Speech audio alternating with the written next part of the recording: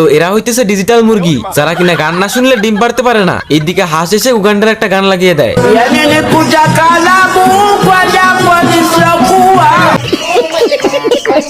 গান শুনে মুরগির দল বৃষ্টির মতো ডিম দেওয়া শুরু করে।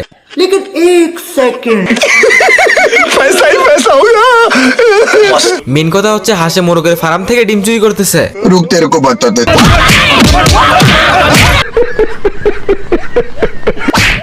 साले को बम से उड़ा दूंगा एक बार हाथ में आ जाए तो। रुक तेरे को बताते। এই ভাল্লুক খরগোশের বাসায় বম ঢুকিয়ে দেয়। रुक तेरे को बताते। তো খরগোশ বোমের উপরে রং করে দেয়। রং করা বোম নিয়ে এসে খরগোশ ভাল্লুককে দেয়। এইদিকে বলদ ভাল্লুক সিগারেট ভেবে খাওয়া শুরু করে।